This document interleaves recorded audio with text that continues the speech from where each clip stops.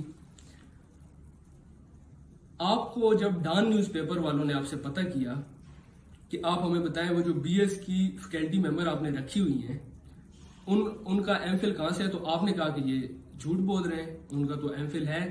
انہوں نے ڈینائی کر دیا پرنسپل صاحب نے اس چیز کو.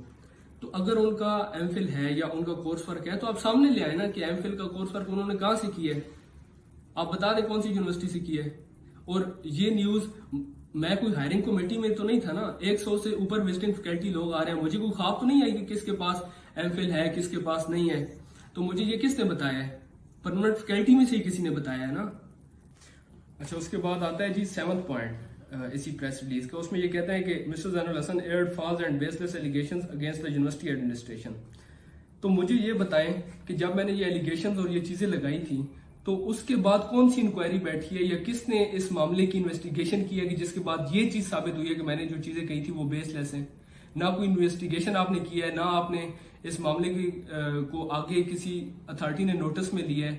اس کی کوئی کمیٹی نہیں بیٹھی، کسی نے اس کو انویسٹیگیٹ نہیں کیا کہ آپ اچھا اس لیے نہیں کیا کہ ان کو پتہ ہے کہ یہ جو کچھ کہہ رہا ہے، جتنی باتیں کر رہا ہے وہ سچ بول رہا ہے. اور اگر جتنی زیادہ انویسٹیگیشن کریں گے اتنے زیادہ پروف سامنے آئیں گے اور اتنے زیادہ ہم بے عزت ہوں گے. صرف یہ مسئلہ ہے کہ انہوں نے اس چیز کو دبانے کی کوشش کی ہے. اور اس کے بعد ایک اور کوشچن میرا یہ ہے کہ ایک بندہ ہے جس کے اوپر میں نے ایلیگیشن لگائے ہیں، وہ بندہ اس پریس ریلیز کے نیچے اس فیصلے کے نیچے اپنے سائن کر رہا ہے. یعنی کہ جو خود جس کے اوپر میں نے ایلیگیشن لگائے ہیں وہ خود ہی فیصلہ اپنے بارے میں سن رہا ہے اور خود ہی جو ہے وہ اس کا دے بھی رہا ہے، ٹرائل کر رہا ہے اور خود ہی اس کا جسٹس بھی کر رہا ہے، خود ہی اس کا فیصلہ بھی دے رہا ہے. ایسا تو نہیں ہوتا. اور اب تو یونیورسٹی کی ایڈمنسٹریشن وی سی تک مجھے کسی پہ کوئی بھروسہ نہیں ہے. اس معاملے کی صحیح انویسٹیگیشن کروائی جائے تب چیزیں سامنے آئیں گی. اس کے بعد جو مین 3 پوائنٹ تھے جن کی وجہ سے مجھے جو ہے ٹرمینیٹ کیا گیا اور مجھے ٹرمینیٹ کرنے کی جو چیزیں رکھی گئیں اس میں یہ تھا، پہلا پوائنٹ یہ تھا کہ اس کی سیلری روکی جائے. 4 مہینے جو اس نے رہتی ہے میری سیلری اس سیمسٹر کی، اس کو روک دو ٹرمینیشن کی بیس پہ. دوسری چیز، اس بندے کو نشان عبرت بنا دو تاکہ کوئی بندہ جو ہے آئندہ ہمارے اس مافیا کے خلاف اٹھنے کی جرات نہ کرے. ٹھیک ہے، کیونکہ اگر اس معاملے کو دبا دیا گیا اور اس کو سامنے نہ لائے گا تو کوئی اس کے بعد جرات نہیں کرے گا ایسا کرنے کی. کس کے پاس اتنی وہ ہمت ہوتی ہے کہ وہ اپنی ساری چیزیں ایسے پوائنٹ پر آ کر جو ہے نا وہ سامنے لے کر آئے اور لڑے ایک پورے مافیا سے، ایک پورے سسٹم کے ساتھ. ایک گریڈ 20+ کا آفیسر ہے، اس کے خلاف کون جائے گا؟ پھر تیسری جو وجہ تھی اس ٹرمینیشن کی، مجھے ٹرمینیٹ کرنے کی، وہ یہ تھی کہ اس کا پروفائل گندا کر دو. اس کے پروفائل کے ابھی میرا جو کریئر ہے وہ ٹیک آف پوزیشن پر ہے، اس کا پروفائل گندا کر دو، ٹرمینیشن ایڈ کروا دو اس کے اندر. تو میں یہ چاہتا ہوں کہ یہ جو جتنی بھی چیزیں، یہ میں آپ لوگوں کے لیے بھی کوشچن چھوڑ کے جا رہا ہوں کہ آپ لوگ چیک کریں، انویسٹیگیشن کریں کہ کیا یہ معاملہ ٹھیک ہوا ہے. اچھا، مجھے کہا جا رہا ہے کہ آپ نے یونیورسٹی کا نام بدنام کیا ہے، آپ نے یونیورسٹی کی چیزیں جو ہے میڈیا پر لائی ہیں اور سامنے لائی ہیں. دیکھو سچ کا یہ میں نے کچھ نہیں کیا. جو ہوتا ہے سچ جو ہوتا ہے وہ ایک دن سامنے آتا ہے، یہ اس کی نیچر ہے. سچ کو آپ جتنا مرضی دبا لیں چھپا لیں، وہ ایک دن سامنے آ کے رہتا ہے. اس وجہ سے آپ مجھے نہ کہیں کہ میں نے کسی کو بے عزت کیا یا میں نے کسی کو جو ہے وہ سامنے لائی ہیں چیزیں. آپ لوگ کر سکتے ہو یہ برائیاں، تو میں بول نہیں سکتا. ایک آپ اپنی برائیاں کر رہے ہو، دوسرا آپ دوسروں کو مجبور کر رہے ہو کہ وہ غلط کام کریں، تیسرا اگر وہ غلط کام نہیں کرتے تو ان کو اتنے ہارڈ کانسیکوینسز فیس کروا رہے ہو آپ.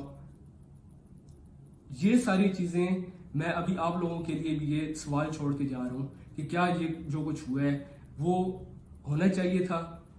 یعنی کہ جس طرح سے اس معاملے کو دبانے کی کوشش کی گئی ہے، کیا کسی اتھارٹی نے نوٹس نہیں دیا؟ کیوں؟ وجہ؟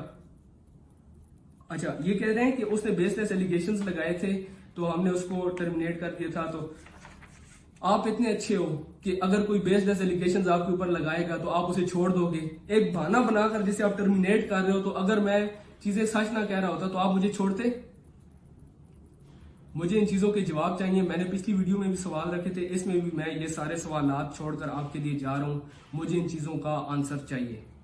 اللہ تعالیٰ ہم سب کا حامی و ناصر ہو، اور اللہ تعالیٰ ہمیشہ جو ہے نا وہ حق کے ساتھ ہے، اور آخری فتح حق کی ہوتی ہے اور سچ کی ہوتی ہے. Thank you.